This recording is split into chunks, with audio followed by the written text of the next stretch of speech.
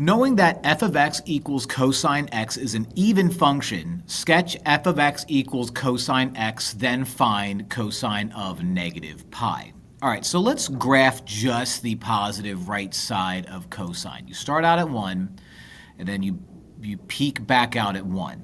Okay, it repeats every 2 pi. So peaks out at 1, bottoms out at negative 1, and the bottoming out happens at regular pi. Now, inflection points live at half a pi, so pi over 2, 3 pi over 2, but that really doesn't matter here. What really matters is finding out what cosine of negative pi is. Now, the even rule says that if you have f of negative x, it just becomes regular old f of x. So what does that mean here? Well, that means that cosine of negative pi is going to be the same thing as cosine of pi. But you end up with where we kind of started out with. Cosine of pi is -1, so the answer is -1.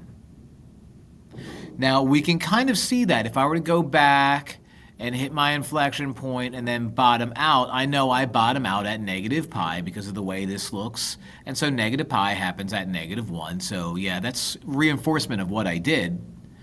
But, you know, the whole goal was to try to understand the rule, why the rule works the way it does, and why we get that answer.